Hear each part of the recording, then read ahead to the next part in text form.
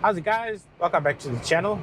It's me, the South African Wanderer, and as you can see, I'm in my car and we are on the freeway heading north, and it's just after 6:30 in the morning, so that can mean only one thing: we are off on another adventure.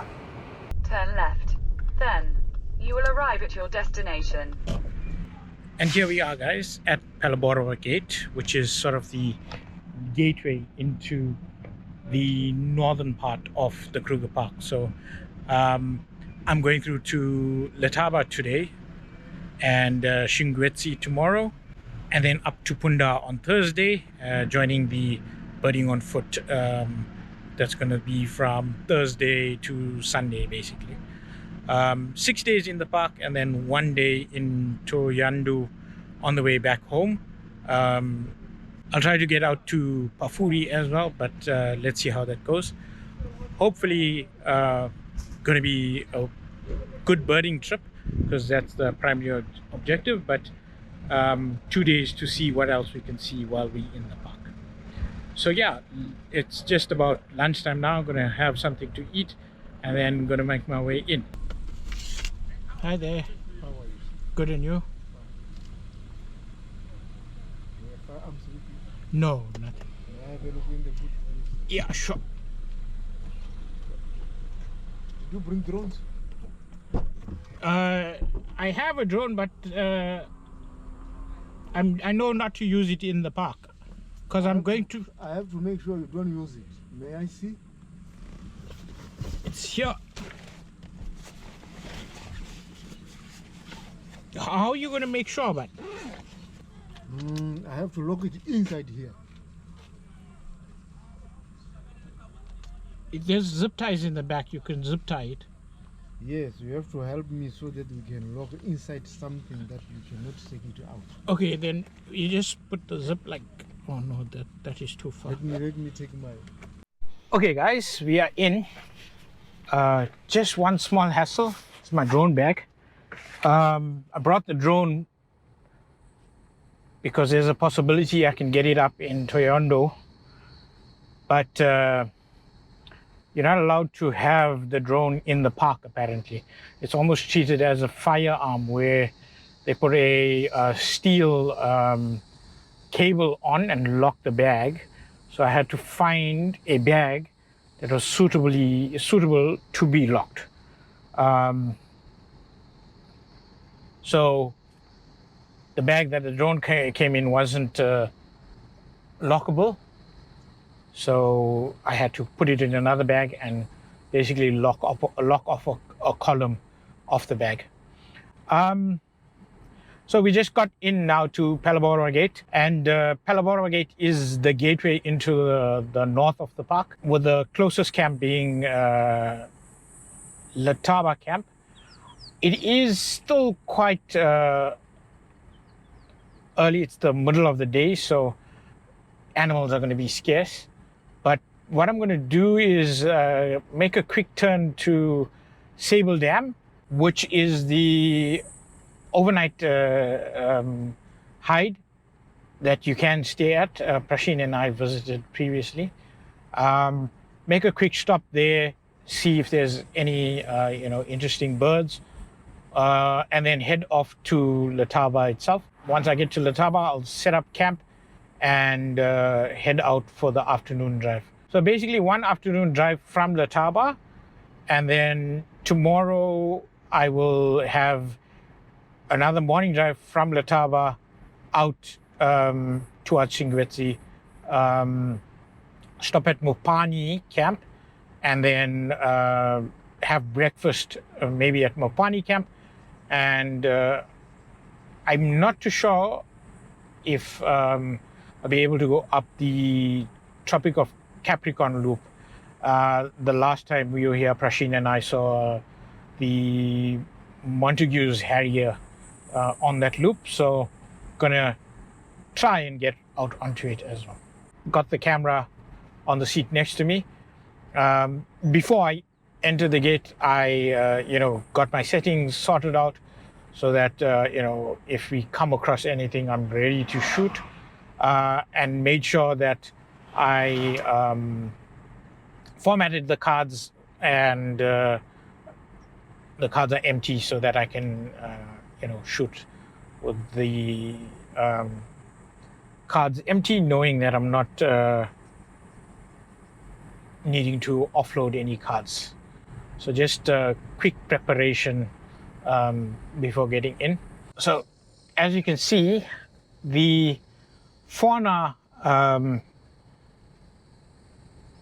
Phalaborwa Gate is dominated by, there was an elephant down in that ravine, is dominated by mopanis. So from Oliphant's camp north, you'll be predominantly mopani felt, and it can get very thick, so spotting animals in between is quite hard. And once you get to Oliphants and go south, then it becomes more thorn felt, with more acacias and things like that. Okay, cool. We shall check in as we go along.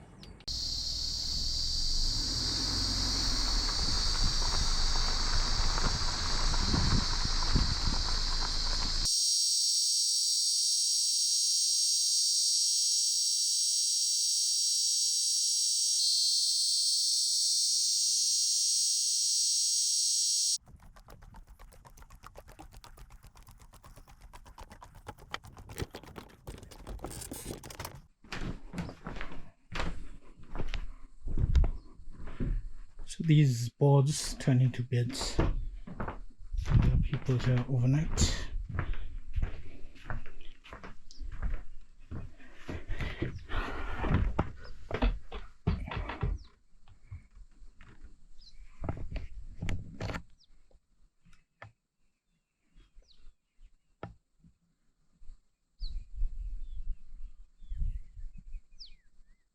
Okay guys, not much happening here at the Sable Hide. I'm gonna head back to the car and get to Letaba. How's my hat? After spending a few thousand rand with Sony, they finally gave me a hat.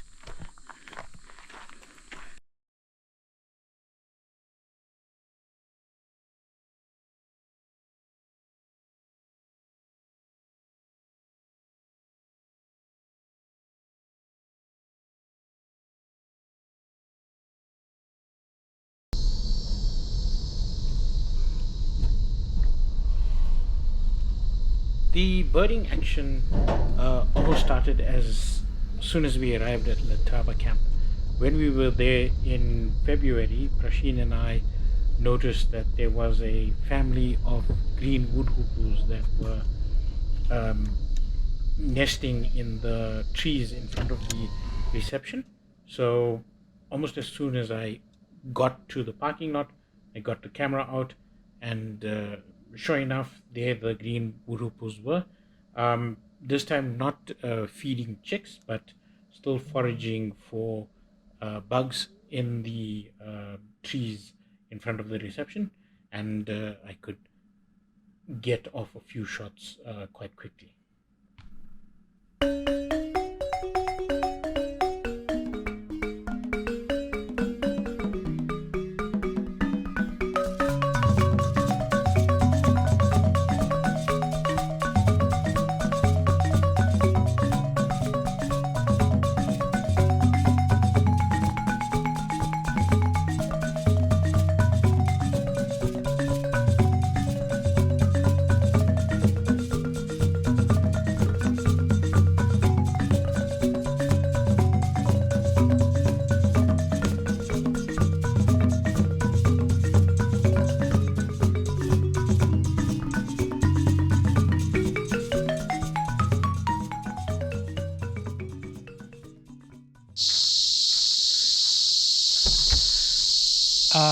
Okay guys, I just want to let you all hear the sound of the cicadas at the moment. So apparently this is a 1 in 17-year occurrence, but I think this is the second time I've been in the park where the cicadas are so loud, sorry.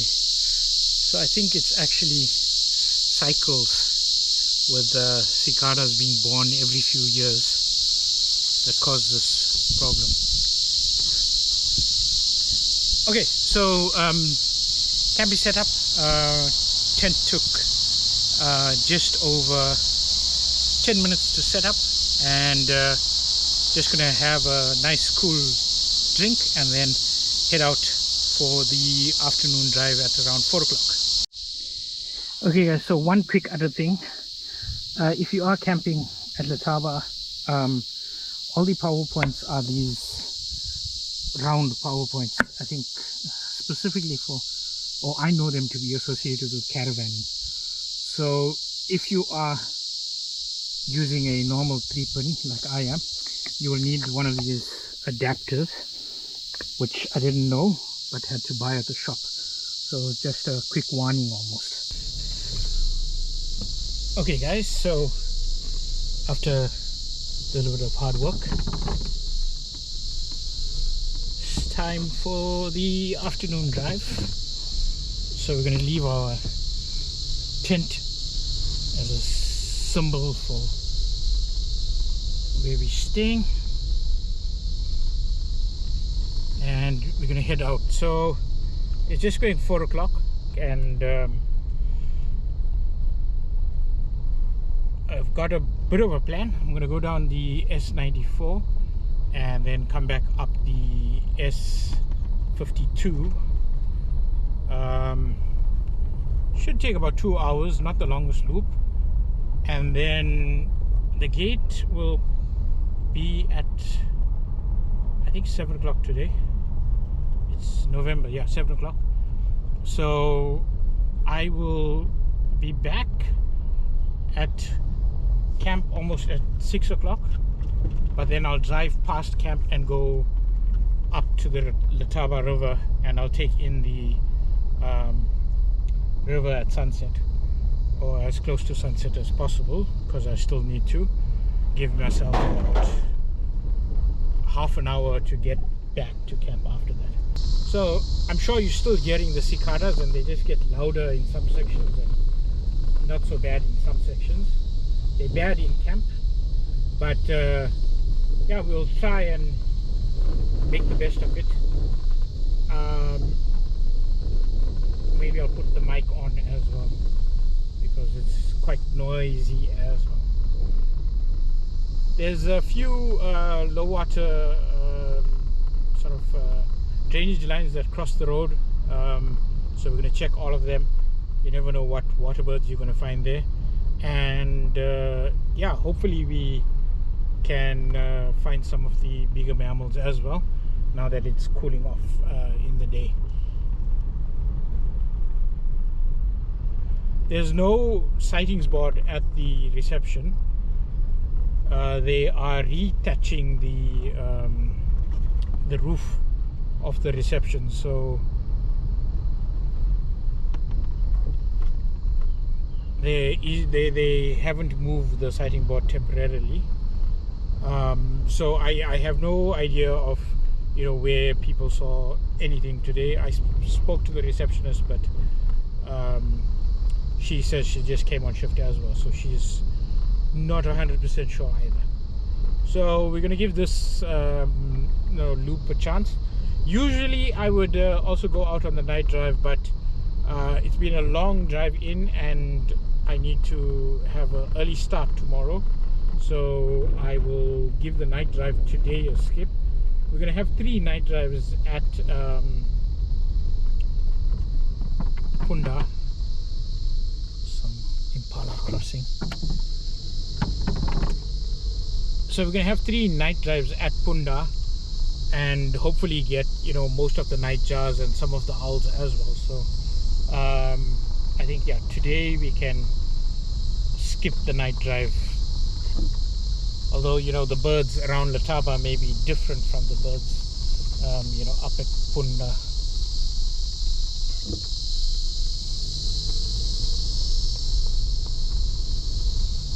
So we're just checking as we go, and then if we have any interesting sightings, we'll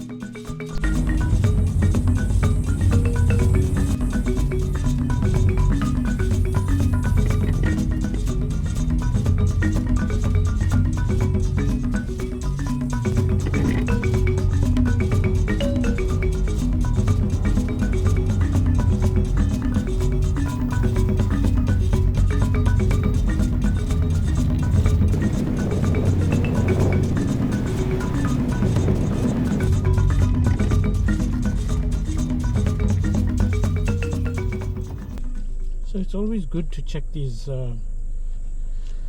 river crossings because you get some good birds. I just heard a Klaas's cuckoo going Mikey, Mikey.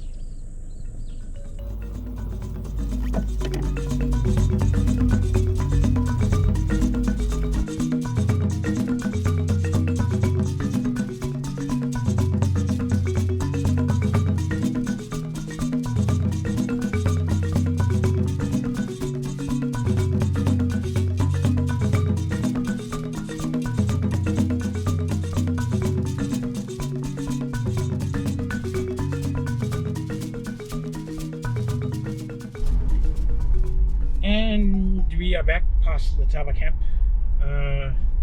S94 and S46 didn't produce much. Impala, wildebeest, waterbuck, a few elephant that I avoided at all cost. I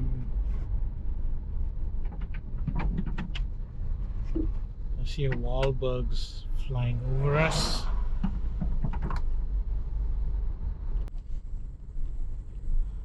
Okay, so I'm heading towards what I call one of the most productive dips near Letaba. It's about 1 kilometer away from the four-way stop just before camp, and usually it produces. So we're gonna check that out and then head across to the river itself. Do some of the smaller loops along the banks of the river. You never know what birds you can get there, and possibly, you know, some of the big animals. And then head to the river, the bridge on the river itself, and catch the sunset there. A small correction on my comment earlier. The gates to the camp don't close at 7 in the summer. It's actually 6:30 November and December. I didn't check January, but I think it's also 6:30. So yeah, it's just about 5:10 now. So if I can get to the river by 5:45, then I'll you know, spend 15 minutes on the bridge and then come back. Okay, so I see a saddlebull stock down in the riverbed and a whole troop of baboons.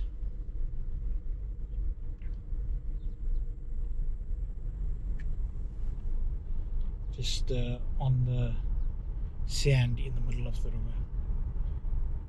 So the river's got some water because of the recent rains, but I don't think it'll be flowing all the way past the camp as well. Okay, let's see what we can see.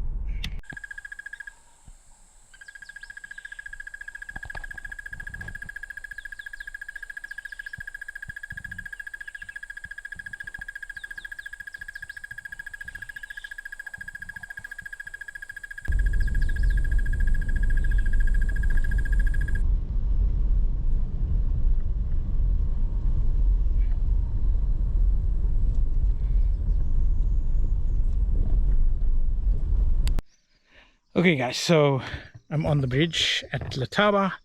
The sun is actually still quite high up. That's why I was a bit confused, because in the summer you're gonna get a late sunset, so you know the gate closing at 6:30 is a bit confusing for me, but anyway, we must abide by the rules. Quiet afternoon, didn't see much really, so I think we're gonna wrap it up for the video for today. Just watching the little swifts fly past. There was a few pied kingfishers here as well, and then looking down on the sort of the riverbed down there, I can actually see there was a crocodile that moved through quite recently.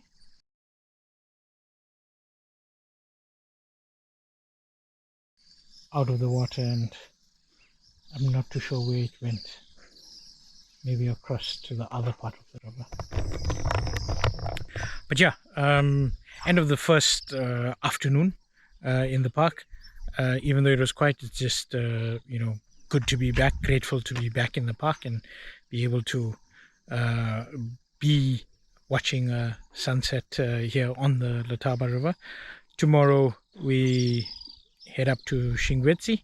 I'm gonna make my way back to camp now, have supper, and then call it a night.